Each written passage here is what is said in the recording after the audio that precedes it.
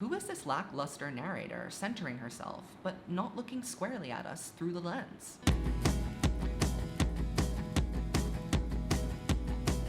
Welcome to my channel, or welcome back to my channel. I am the Swiftologist. My name is Zach, and I like to do deep dives and thoughtful discussions on contemporary pop culture things. So if that sounds interesting to you, make sure to like this video, leave me a comment, and subscribe. I do a lot of Taylor Swift content around here, but I'm branching out, and today I'm going to be talking about why I think that Solar Power flopped. Now, before I get super into it, I would just like to say that this is just one layperson's opinion, okay? I'm not coming for anybody. I am a Lorde stan, or I was a Lorde stan until I listened to Solar Power. But, you know, it's coming from a good place. I love Lorde. I want to see her win. But, you know, I think it's an interesting discussion as to why exactly it didn't resonate with the public. And I think it says a lot about an issue that I think we deal with a lot with big artists like Lorde, which is, can we separate the person from the persona? And what's a more useful tool to market an artist? Is it who they are as a human being, or is it the image and the construction that they develop? So Solar Power has been widely agreed upon by people outside of her fan base as Lorde's weakest album yet, and it's a strange departure from one of our sharpest and most coherent pop visionaries. There's a slew of reasons why Solar Power didn't work: the concept, the context it arrived within, Lorde's oscillating relationship to fame. But to understand why it didn't land, I think that we have to revisit, you know, the very beginning, the excellence of the past, the origins that led us to where we are. So bear with me, we're gonna go right back to the beginning. Like Lana Del Rey, another visually minded interdisciplinary artist, Lorde is a persona. And it's not necessarily true that the person that we interact with as a musician is synonymous with the character behind the curtain, Ella Yelich O'Connor. And I think that this is an interesting tool for world making. It allows the artist to dissociate from their work, almost inventing a version of themselves that exists in a chamber. In that way, their real self is untouchable. And the appeal of this is the story, the packaging, the elements, the pomp and circumstance that surrounds the release of a record or a concept record from a concept-driven artist. And yes, it's about the music, but it's more about the performance, the whole package.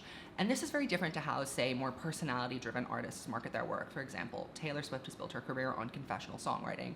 Were she to pivot away from that and start doing some sort of weird kind of performance art, I don't think that it would work very well for her. But I think the danger in building your career as a persona is that your audience associates who you are directly with what you've already done, or how you situated themselves in their brain when they heard of you for the first time, not what you might do in the future. It's what happened in the past that cements their vision of you that is hard to change. So to discuss Lorde's persona evolution, I think we need to go back to the beginning. And let's start with the context in which Lorde arrived. Let me take you back to 2013. Heard of it? It's when Royals was released, and the cultural moment was optimistic, but also kind of one note. Obama's second term was just starting to take place, and the whole hustle and work hard culture, be a girl boss, work overtime so you can live your best life, was really in full swing. And living your best life meant work hard, play hard. And that philosophy is ultimately centered around consumption and excess. In hindsight, we can see this philosophy somewhat crumbling with the decline of companies that really embodied this, like BuzzFeed and WeWork, Theranos, and Away. But at the time, this was the future. It was the way forward. It was the new world, and it was all facilitated by social media. And this is where we get into, you know, the pop culture of it all. Social media was a cool new thing that seemed, at that moment at least, to exist solely to fundraise for natural disasters and spread viral memes of babies and kittens. It was all rather positive. So what was going on in pop culture while this was going on in the culture? Well, I relay this to you so you can picture, if you weren't paying attention when Lorde emerged, what she was responding to and how she did or didn't fit in. So in 2013, Kim Kardashian posted her first butt selfie. Miley Cyrus was cosplaying as a rapper and co-opting black aesthetics. Justin Bieber was on a worldwide tour of being an entitled rich douchebag. And the work hard, play hard culture was well ingrained in each of these kind of polarizing figures from that time. And you know what? It was reflected in the music too. 2013 was the year of pulsing, throbbing, EDM drops, dubstep interludes, and dance breakdowns. The mammoth singles of that year were Blurred Lines, Get Lucky, Wrecking Ball, I Knew You Were Trouble, Wake Me Up, Sail, Thrift Shop, and What Does the Fuck Say? If the hits weren't downright inane, they were at least impersonal, bombastic productions that were larger than life, expensive sounding, and kind of embodying that bottomless hunger for maximalism. The aesthetics of this time mirrored this kind of chaotic pursuit of excess as well. It was all over the place. There wasn't a consistent vibe or a dominant niche, as we might like to call it today. It was balls to the wall, more is more is more. One artist was able to distill this moment of excess and consumption in a genuinely compelling and withstandingly artistic way. She brought some class back to the culture, or rather, she brought a highbrow perspective back to the culture, mixed with this sort of new lowbrow, excessive consumption identity that we had taken on. But this person was still fixated on opulence, don't get me wrong. Instead of writing on wrecking balls or dancing with naked models, she crafted deliberate projections of her taste. And it wasn't Lorde. I'm not talking about Lorde, I'm talking about Lana Del Rey. Bear with, because there's a point to my explanation of her and comparison of her to Lorde. Her visual discography is studded with old Hollywood glamour, less pretense and more grit, or maybe it was pretense concealed by grit. Who can say? She was luxurious and glamorous. She sat in thrones with tigers. She made out with her boyfriend in denim under the American flag. She rode motorcycles with Hell's Angels on the open road. Lana Del Rey's high-low construction was not well received by the music industry at the time. It was perceived as too deliberate, false, and swooning. But it landed with the public, because Born to Die is still one of the best-selling female albums of the 2010s, but I digress. This is the lens through which Lorde understood 2013's culture, and it's also how she chose to respond to it and get her foot in the door. What did Lorde have in common with other pop songwriters? Taylor Swift, Avicii, Katy Perry, or Lady Gaga, these hit makers. She was a quirky girl, a singer-songwriter producer who was from a not-so-glamorous place and had to dream up a magical world for herself. Lana Del Rey was her closest pop contemporary, and Lorde knew that. And Lana was onto something and soaring, which is why Lorde positioned Royals in countless interviews when it first came out as the antithesis to Born to Die's materialism. The proof is in the song. Take a listen to the lyrics from Royals and judge for yourself. On your timepiece, jet planes, islands, tigers on a gold leash, we don't care. We aren't caught up in your love affair. It's important to keep in mind that she was 16 when this came out, and teenagers are precocious, brash, and prone to over-promising and misspeaking. It's all good in hindsight, but I just want to lay up the scenario for you. If the lyrics themselves don't convince you that she was positioning herself as the, anti-material, Born to Die, not artist, to the Fader she said, a lot of women in this industry aren't doing so well for the girls. The Lana Del Rey record is so unhealthy for young girls to be listening to, I'm nothing without you, this sort of shirt-tugging, desperate, don't leave me stuff. That's not a good thing for young girls, even young people, to hear. Pretty clear that she's trying to, be the opposite of that. In that same year, she said to the New Zealand Herald, "What really got me is this ridiculous, unrelatable, unattainable opulence that runs throughout. Lana Del Rey is always singing about being in the Hamptons or driving her Bugatti Veyron or whatever, and at the time, me and my friends were at some house party worrying how to get home because we couldn't afford a cab. This is our reality." Well, that was and it wasn't her reality. Remember what I said about personas, how they aren't exactly entirely accurate representations of someone's character or real life scenarios? Lorde is from an extremely well-connected, high-culture, well-to-do family in New Zealand. There's a difference to her broke and the average person's broke. But it didn't matter that she wasn't telling the whole truth in that soundbite, because she wrote a song that slapped and it resonated with people. It doesn't really matter as a persona whether your inside is authentic or not. You just need to sharply convey something that other people are feeling intuitively that hasn't been voiced before. And, it's kind of like a vibe check. Compared to the maximalist drivel of the pop charts in 2013, Royals was a breath of fresh air. It's restrained and it's sparse in its production. It has a husky and a controlled vocal performance. The video is this dark, muted, and desaturated color palette with long and wide shots. There are no gold cars and fireworks here, just regular teenagers sick and tired of being fed fake images about real life, yearning to see themselves in the media they consume. Lorde struck gold here. It makes sense that an artist like her would emerge and succeed at a time like this in response to the moment. Then Pure Heroine came out, and it was an astonishing debut. It was so fully formed and so realized. I think this is partly due to the fact that she had an incubation period of a couple of years between getting signed and releasing, and also due to the context she grew up in. She was surrounded by writers. Her mom was a poet. Mostly, she was heralded for making suburban, working class, and I quote, pop, which is, kind of farcical to look back upon now. She never was and never has been working class per se. But that gritty, DIY, girl on a mission, underdog perspective clung to her. And I think it has something to do with why people were so rapturous in their reception of her. It felt very different. And if you get told that you're changing the game and being a revolutionary for long enough, well, you start to believe it. This is a trap for the ingenue artist, aka a preternaturally talented young creator who is heaped with praise before they even have an adult's awareness about what they're creating. Here's another example of this kind of exceptionalism she encountered in her life. At age 6, she was tested by some institution and was told that she was a gifted child by her mother.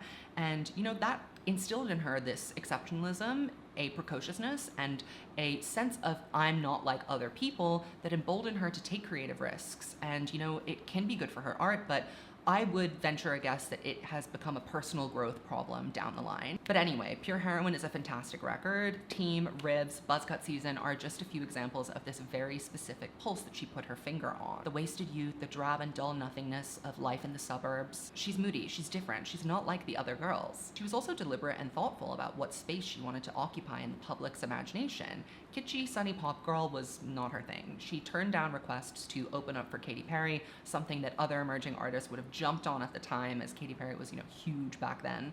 And she actually said to an interview that she was never going to be like Taylor Swift, who is so unattainable. Words come back to haunt. Part of Lorde's success was also the fact that she leveraged the parasocial nature of internet relationships. She is a post-internet artist after all. She knows you, she knows what you like, and she's just like you. Her music says what you've always felt, and best of all, she's cool. She's one of us. She's not one of the celebrities. So this first album cycle goes on for 2 or 3 years, and it culminates with her curation of the Hunger Games soundtrack with Yellow Flicker Beat, a great song, and she does a collaboration with Disclosure called Magnets, which is a little bit more grown up, but it's a careful growing up, a calculated step. She plays with some bigger sounds, but she keeps it dark and grim and maudlin, those bread and butter qualities of hers. However, there was some territory that she didn't cover on the expansive, rambunctious Pure Heroine: love and heartbreak. Her focus was external. She was reacting and responding to the world around her. For her next record, she went inward and came up with her magnum opus, a tight, concise, and astounding record called Melodrama. Have you heard of it? If you haven't, then here's how it happened. She dropped off the radar for a couple of years and hid out in Auckland, splitting between there and New York City to create this second album with Jack Antonoff, where she really explored a brighter, bigger sound. She documents the dissolution of her first real love, and it is richly depicted in all the color, urgency, and desperation of a first broken heart. This time around, in the creation of the album, she did take in some of what was going on around her culturally. The production is less sparse, but it's still very deliberate. Jack Antonoff, her collaborator, was the producer du jour of that time. He just worked with Taylor Swift on 1989, and you can hear traces of that record throughout Melodrama, but it has a distinctly off-kilter Lorde spin on it. I guess it's a little more radio-friendly than any of her stuff has been before or after, and here is where the persona and the person become dangerously entwined. This album is full of heartfelt, intimate confessions, the vivid details interspersed throughout the Louvre, the pangs of regret on hard feelings, the admissions of indulgence and hedonism on perfect places and sober. Songs like Rider in the Dark and Liability would never have made their way onto Pure Heroine when Lorde was more caught up in how she came across to other people. Getting her heart broken, as it does to any person, changes you forever. For the first time, it makes you more raw and open to the world. And you can see that in her interviews from around this time. She lashes out less, and she's more confident.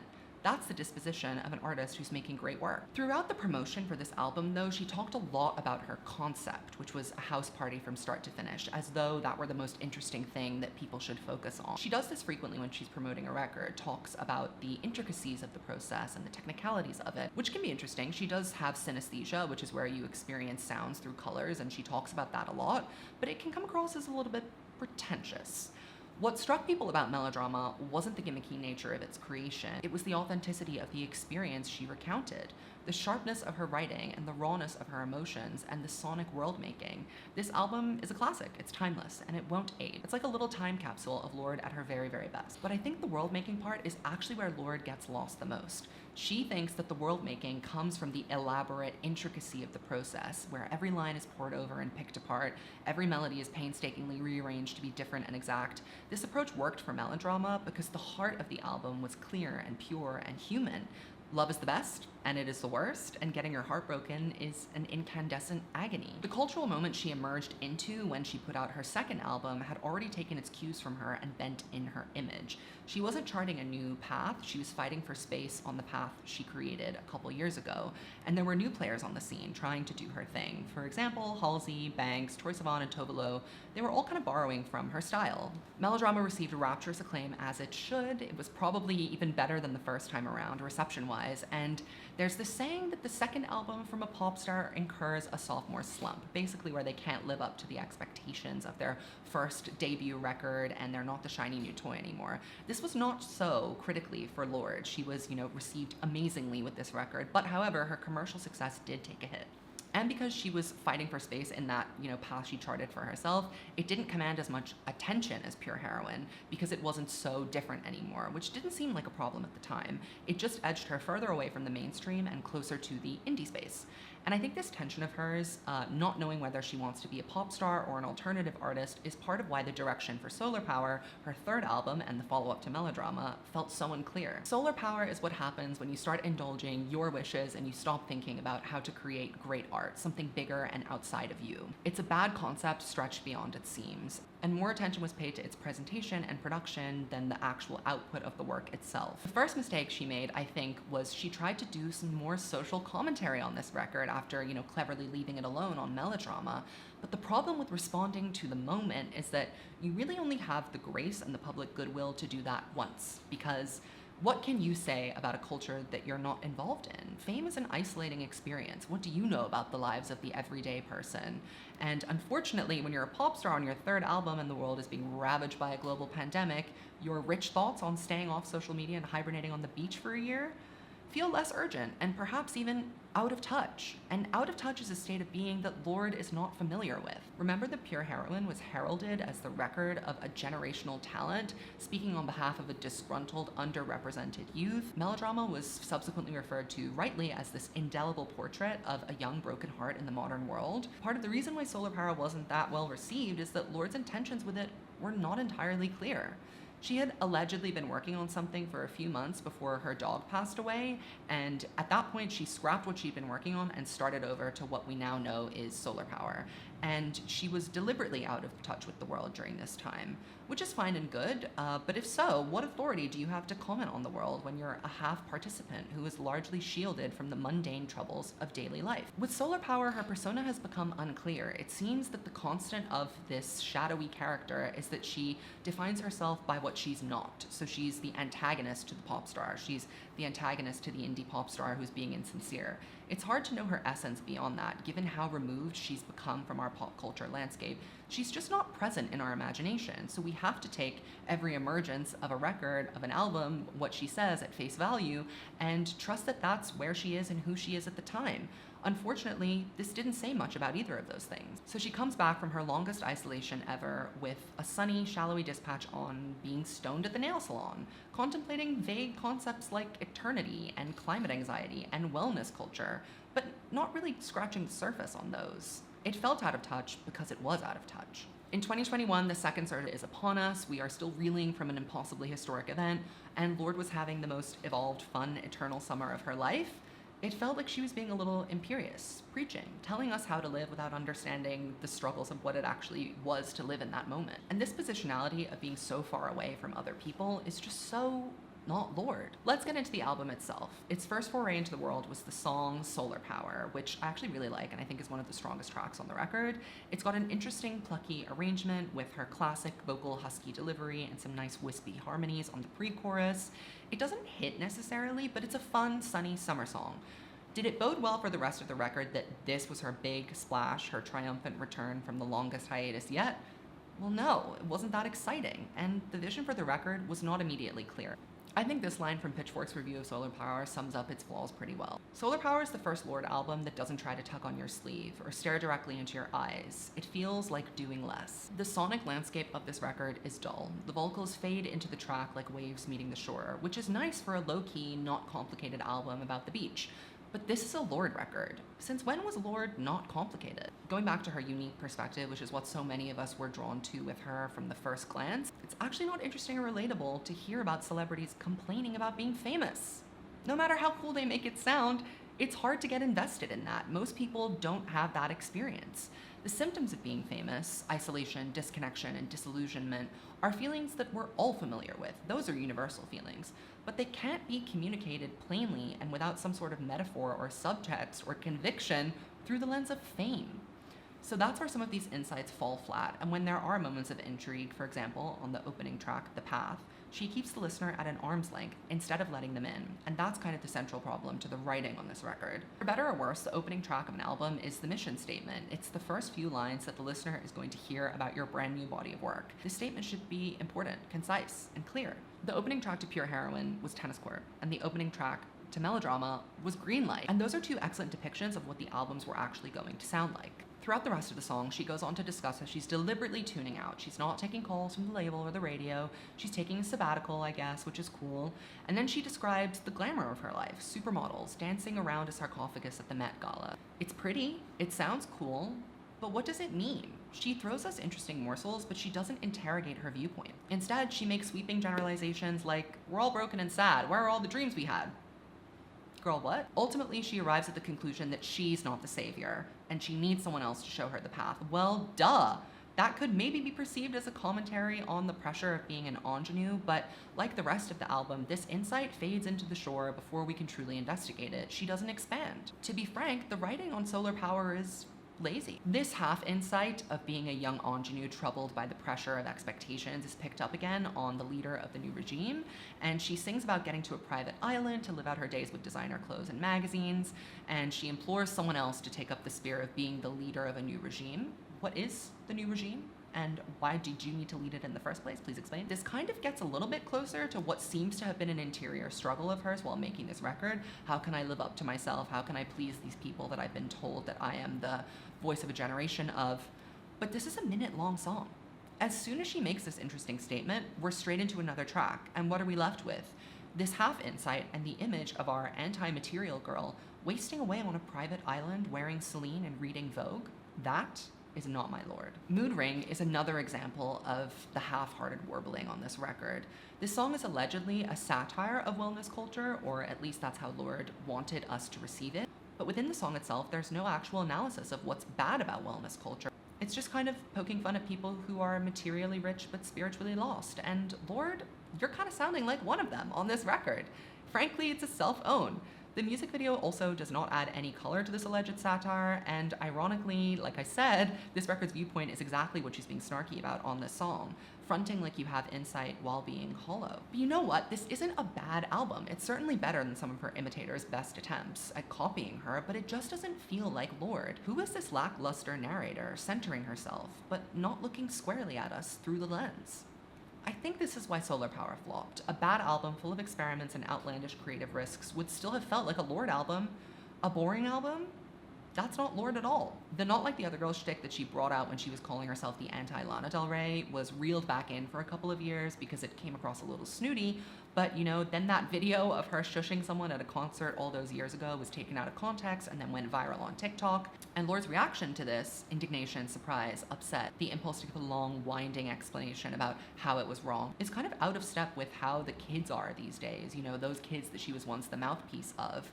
It makes sense to me, and maybe to you, why Lorde comes across as a little elitist and why a video like that would go viral, kind of dunking on her. The way she talks and the way she dresses and the way that she holds herself can seem a little uppity when it's not coming across as sincere. I don't think she's fully cognizant of how she's perceived by others at this point, given how unplugged and remote she is. However, what's kind of promising to see is that she seems well aware that this album was, you know, subpar for her, and she's commented several times that she made it for herself and that more bangers are on the horizon. And I'm not saying that she needs to make another melodrama or she needs to have an entirely upbeat album. I just think that the vision needs to be sharp and her writing needs to be honest and the presentation needs to feel true to the persona that we've come to know and love since Pure Heroine. I'm curious to see how she'll navigate this next album cycle. She certainly, I think, lost her shot at mainstream commercial domination, if that's what she was ever looking for in the first place. Perhaps being a fully alternative artist, content with modest sales and smaller shows, will give her the freedom she needs to make something good again. That's my perspective on why Solar Power flopped. How did you feel about this album? Did it compare to the first two for you at all? Were there moments on this that you loved? Do you disagree with me? Do you think that this is the best album of all time? I mean, leave your comments below. Keep it respectful, obviously, but I want to hear what you have to say. What direction do you hope Lorde is going to go in next? That's all I have for you for this video. It was my first foray into topics outside of Taylor Swift, so I hope that you like it, and there's much more to come, so stay tuned, and I will see you in the next video.